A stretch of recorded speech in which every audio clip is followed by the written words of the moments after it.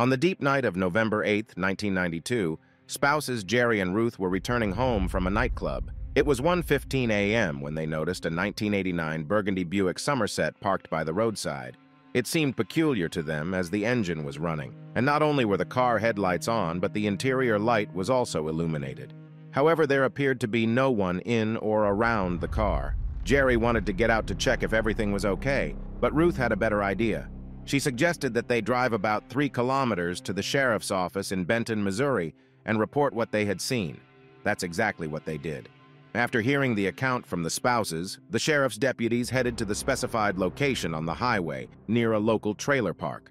Upon arrival, they also noticed no one around. However, upon looking inside, they saw a person. It appeared that a wounded young woman was inside. She lay on her right side with her legs on the driver's seat pulled up to her chest. Her head rested on the passenger seat, partially on a purse. Her lifeless left arm hung down to the floor, and her right arm lay beneath her torso. The victim was wearing a sweatshirt and button-up jeans with the top 4 buttons undone, and the jeans were pulled down, exposing the back of her left leg. She had no shoes on, and her socks were covered in grass and dirt. The officers did not find a wallet, but the woman's rings were lying on the car dashboard. What truly shocked them was the amount of blood covering her face and head. The passenger side door was locked, and the window was completely closed.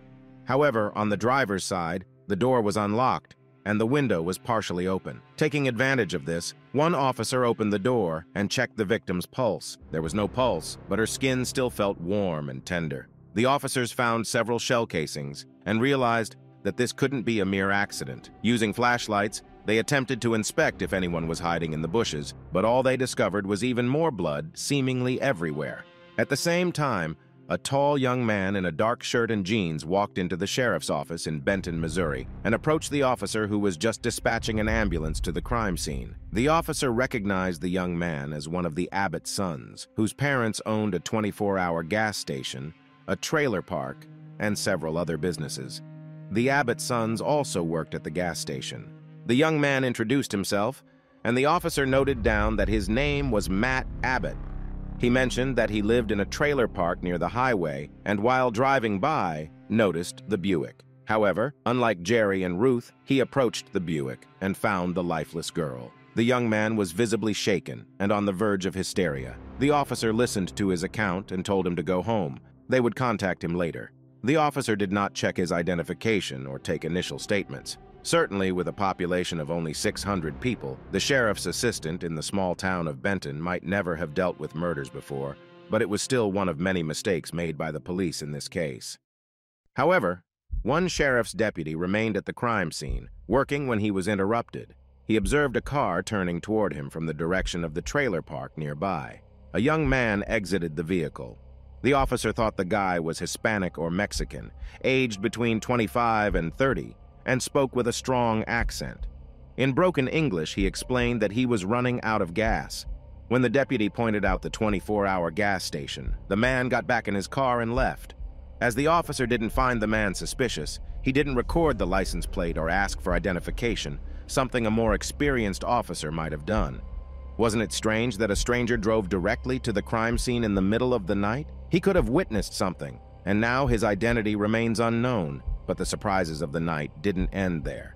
About 2 minutes later, around 1:40 a.m., another car did the same, turned on the road before the trailer park and approached the officer. A tall young man in a light shirt and jeans stepped out. He claimed to be the one who found the victim in the car and wanted to know if she was dead. The officer asked if the young man had been to the sheriff's office to report this, and he answered yes. The police officer radioed in and confirmed that it was Matt Abbott. He had indeed been to the sheriff's office and was told to go home and await further instructions, which meant that's exactly what he should do. Soon, an ambulance arrived at the scene. The doctors confirmed the victim's death. By 12 p.m., County Sheriff Bill Farrell arrived. By that time, it was already known that the victim was 19-year-old Michelle Lawless. Sheriff Farrell knew the girl's parents, so he wanted to inform them of her death personally, after which they would proceed with questioning the witnesses. Angela Michelle Lawless, who preferred to be called Michelle, had graduated from high school just a year ago and started attending university. She was studying nursing and worked as a waitress in a neighboring town. She still lived with her parents because her attempt to move out on her own fell through when her friend changed her mind and couldn't be her apartment mate. Michelle was very active. She sang in the choir, was a scout, and participated in various organizations. She also practiced martial arts, earning a green belt. And despite her petite stature of 152 centimeters, she was not an easy target. She clearly fought for her life, attempting to escape her assailant, but he caught up with her. The forensic pathologist confirmed that Michelle died from 3 gunshot wounds to the head and back, fired .38 caliber automatic pistol. Based on the trajectory of the bullets and the position of the body in the car, it was deduced that the assailant began shooting when Michelle was seated directly in the driver's seat, facing her killer. After that, 2 more shots were quickly fired. However, the attack began before that.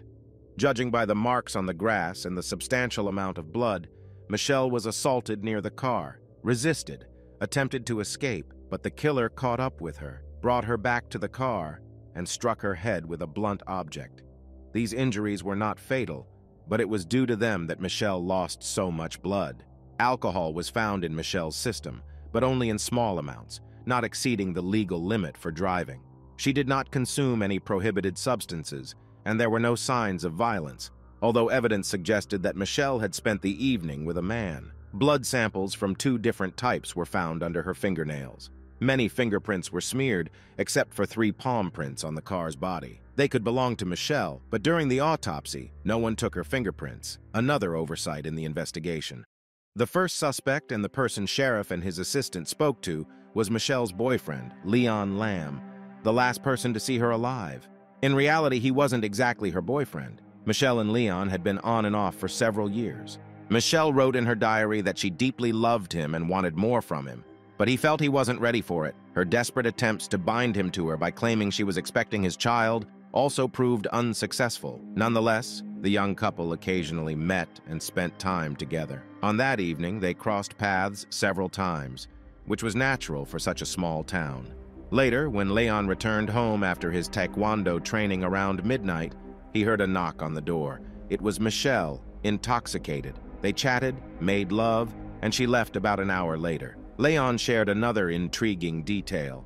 Michelle hesitated before heading home. First, she asked if she could stay at Leon's, and when he declined, she requested a ride home. She had never asked for such favors before. However, after that, she hastily gathered her things and left without fully fastening her jeans. She carried her bra and shoes in her hand. Considering that Michelle left at 12:45 a.m. and the witnesses, Jerry and Ruth, found the car at 1:15 a.m., it meant that the crime occurred within 15 minutes, as it took an additional 15 minutes to drive from Leon's place to where the car was found. Leon's family owned a gun, but it was not the same caliber used to kill Michelle. Leon willingly consented to a search of his car and passed a polygraph test. Next, the sheriff and his assistant questioned Michelle's best friends, Laisha Odell and Chantel Kreider.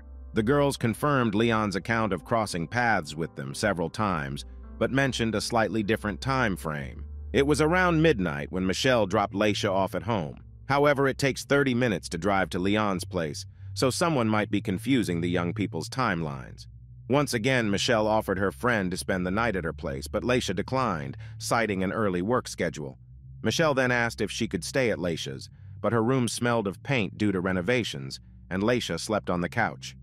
In light of what Leon mentioned about Michelle not wanting to go home alone, this becomes very intriguing. It seems like she might have been aware of imminent danger and preferred not to be alone. It was time to talk to Matt Abbott, the young man who first discovered the victim's body. However, finding him wasn't as straightforward, and when officers inquired with Matt's father about his whereabouts, he replied that they had mistaken him for Mark. He claimed that it was Mark who spoke with them at the sheriff's office, because Mark lived in the trailer park near the highway.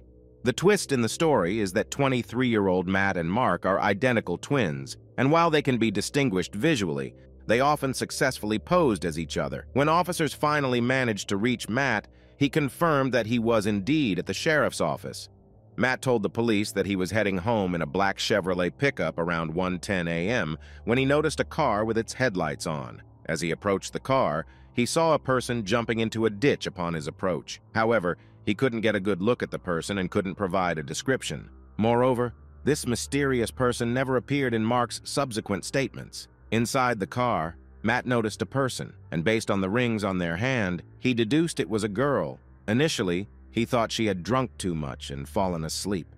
He reached through the fully open window on the driver's side and lifted her. He saw that the girl was covered in blood, and her body had already cooled. Realizing she was not just drunk but dead, he got scared and went to the police. There were several peculiarities in Matt's statements. Firstly, how could he see Michelle's rings when the police found them on the dashboard? Secondly, why did Matt perceive her body as cold when the officers who arrived later described her skin as warm? Considering the timing, it seemed that she was killed just before Matt arrived, and her body couldn't have cooled down. Thirdly, the car window was half open, and physically, Matt couldn't have squeezed inside and lifted Michelle as he described. Lastly, why did he return to the crime scene? And how did it happen that he was in a different shirt and driving a different car? What if it was not Mark, but his identical twin brother Matt? Mark's account of the events continued to change. Later on, he remembered that after discovering Michelle murdered, he didn't immediately head to the sheriff's office, but instead went to a payphone in the store parking lot.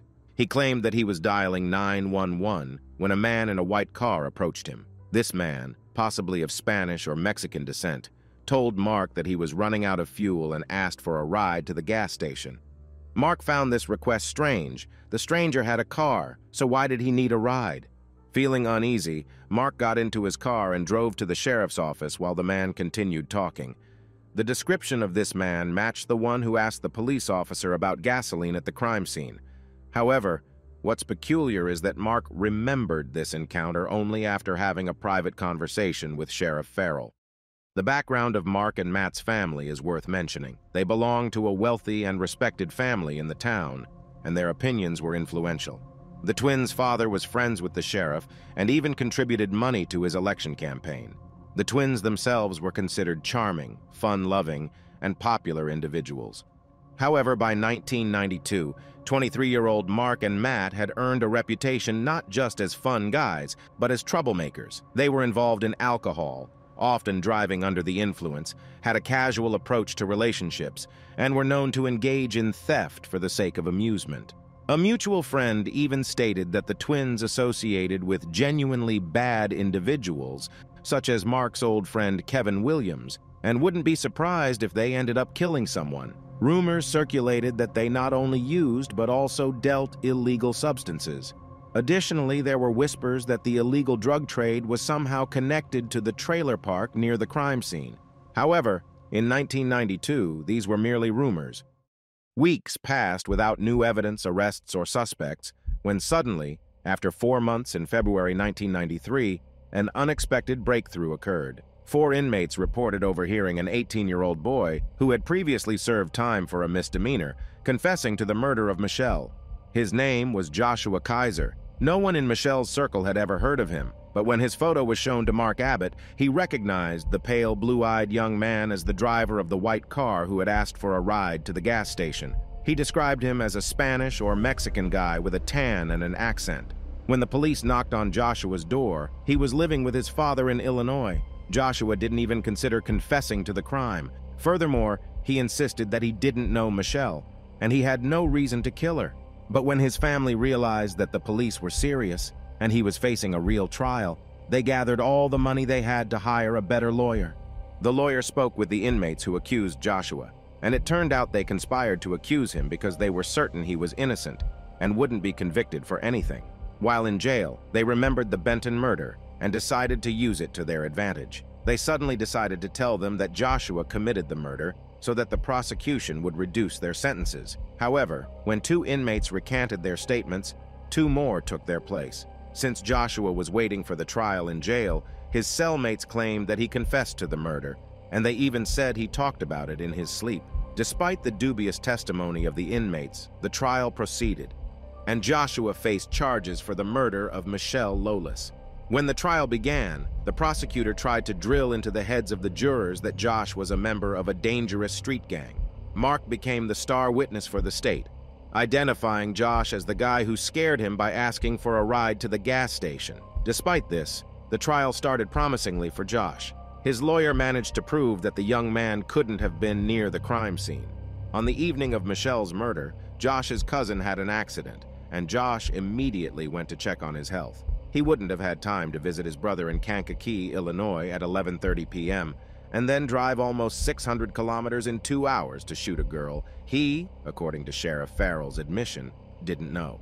Numerous witnesses confirmed that Josh was with his brother, and even though he recently joined a street gang, he wasn't a violent person, let alone a murderer.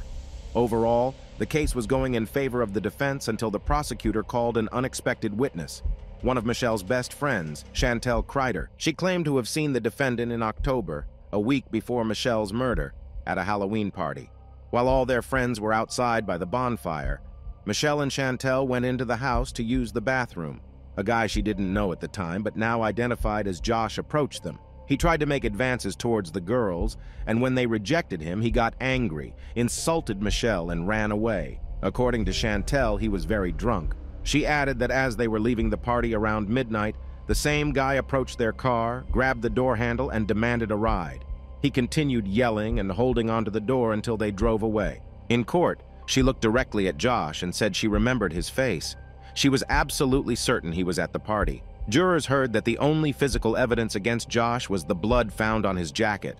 The prosecution had no fingerprints or DNA on Josh, and the blood type under Michelle's fingernails didn't match his. Nevertheless, due to the dubious testimonies of the inmates Mark and Chantel, after 3 hours of deliberation, the jury returned with a verdict of guilty. Josh was convicted of second-degree murder and sentenced to 60 years in prison. After Josh's conviction, several girls who attended the Halloween party, including the hostess of the house, reached out to Josh's lawyer, stating that Chantel either made a mistake or blatantly lied. They compiled a list of all the guests at that party, and Josh was definitely not among them. Moreover, they witnessed Michelle, Laisha, and Chantel leaving, and no one chased their car, holding onto the door handle. Furthermore, the guy who insulted Michelle was not a mysterious stranger. His name was Todd, and he didn't resemble Josh at all. The guest list from that party was handed over to Sheriff Farrell, but it unexpectedly disappeared, and no new investigation was initiated. Time passed, and January 2006 arrived. Sheriff Farrell had been in office for almost 30 years when he was succeeded by Rick Walter. Rick Walter was one of the officers who first arrived at the scene of Michelle's murder. He conducted the interrogation of Mark Abbott and never liked the outcome of Michelle's case and Josh Keezer's conviction, because there were still unanswered and crucial questions. Firstly, how did Josh manage to get from Kankakee to Benton so quickly? And why would he want to kill Michelle? A girl's rejection at a party is a weak motive to drive almost 600 kilometers to track her down and kill her a week later. The new sheriff was convinced, even if Josh was involved in the murder, there must be another motive, and likely other people were involved. Therefore, becoming sheriff, he quietly decided to reopen the case. It was a risky decision since the case was considered closed, and the guilty one was in prison. Financially and ethically, it must have been a very difficult choice. So he tried to act without attracting attention, but just a week later, someone named Kevin Williams appeared in his office, a friend of Mark Abbott. The new sheriff hadn't even compiled a list of suspects yet, and Kevin was already eager to tell him that he knew he was the main suspect, but he had an alibi, his wife, who was his girlfriend at the time of Michelle's murder. And on that fateful evening, they were together. Overall, it was a very strange visit that cast an even greater shadow on Sheriff Farrell, especially since he was the one who warned Kevin Williams that he was a suspect. Nevertheless, the investigation continued. The sheriff asked an investigator from another town to work on the case to ensure impartiality.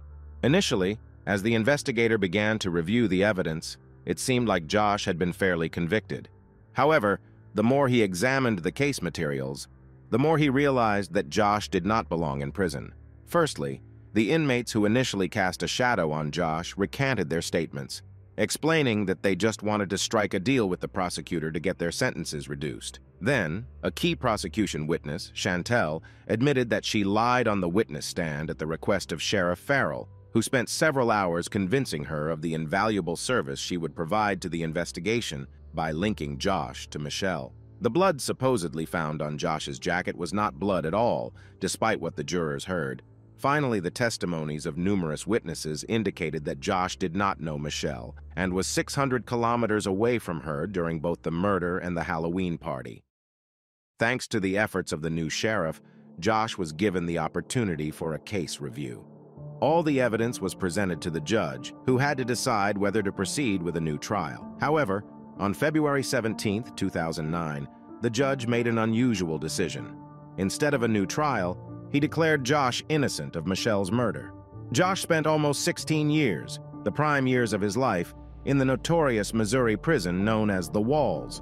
Although it is now closed, it was once a frightening place that earned the nickname 48 Bloody Acres in America. The fragile young man was repeatedly beaten there. He found himself on a hospital bed multiple times and admits that sometimes he thought it would be better not to regain consciousness. Finally, after 16 years of horror, he walked free as an innocent man. Although justice prevailed for Josh, it was still necessary to secure the conviction of the real killer or killers of Michelle. In 2009, the new sheriff decided to re-examine Michelle's belongings for DNA. On her sweatshirt, in the areas where the assailant might have grabbed her, 3 DNA samples were found in addition to Michelle's own DNA. One of these DNA samples matched Mark's, partially confirming his story. He claimed to have touched her left shoulder, but the DNA was found on the right side. Moreover, DNA was found on the inner side of Michelle's right arm. Under the girl's fingernails, they found her boyfriend's DNA, but he never hid the fact that they were together that night and were passionate lovers. In 2013, Michelle's body was exhumed to study the DNA on her body. This could have been done in the year of the murder, but for some reason, it was not. The sheriff went ahead with this, rereading the report on the initial autopsy, which stated that there were non-lethal wounds on her hands, most likely scratches. Unfortunately, the results were not obtained because the pathologist washed the body and covered it with a substance that prevented DNA analysis. However, the samples are still stored in the laboratory in case technological advancements allow for their future examination. What about Mark Abbott, who was the main prosecution witness in the trial against Josh? While the unjustly convicted young man continued to languish in prison, many people reached out to the police with information that pointed not to Josh but to other individuals. Mark Abbott, Matt Abbott, and their father, involved in a large network of illegal substances trade in Missouri. The sheriff seemed to know a bit more than he wanted to reveal.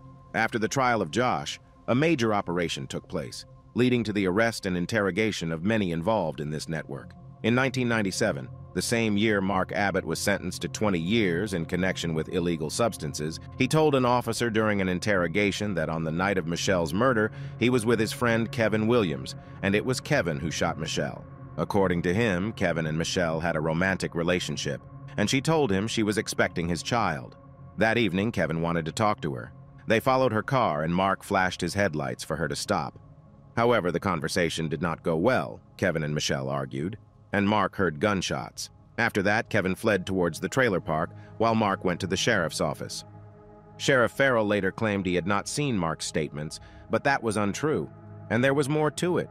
Mark was not the only witness connecting Kevin to the crime scene. On the night of Michelle's murder, a man named Dallas Butler was riding his motorcycle to his mother's house in Mississippi when his headlights illuminated a parked car in the darkness. He saw a woman lying on the steering wheel and a man in a red cap standing beside the car, partially leaning inside. The man told him to go on because everything was fine, but the motorcyclist remembered the woman not moving, seemingly unconscious, and he did not like the situation. He reported it but heard nothing more about Michelle's case until 2009. In 2015, he was invited to the police for identification, and Dallas chose a photo of Kevin Williams as the person he saw near Michelle's car that night. All this happened exactly 2 months after Kevin's wife, who had once provided him with an alibi for that evening, left him and claimed that he was not with her that night. Mark's statements answered many questions about what happened that night, especially why Michelle stopped just 2 kilometers from home in the middle of the highway. Moreover, if Kevin could escape towards the trailer park after the murder, Mark could have returned to the crime scene to pick up his friend, because that moment always raised many questions. But there is one nuance. None of Michelle's friends heard her mention that she was dating Kevin. There was no mention of him in the girl's diary, where she detailed all her relationships. Instead, Michelle told her friends that she found Mark Abbott attractive. But there's a problem. There are 2 of them, Mark and Matt, twins, and the sheriff still does not know which one reported the murder to the station and which one returned to the crime scene. So the reason for Michelle's death could be that she was involved with Mark and told him about her condition. Or she found out about the Abbott family's deep involvement in the illegal substances trade. Even a friend of the Abbott family, the owner of a gun store, heard Mark say he took care of the scumbag.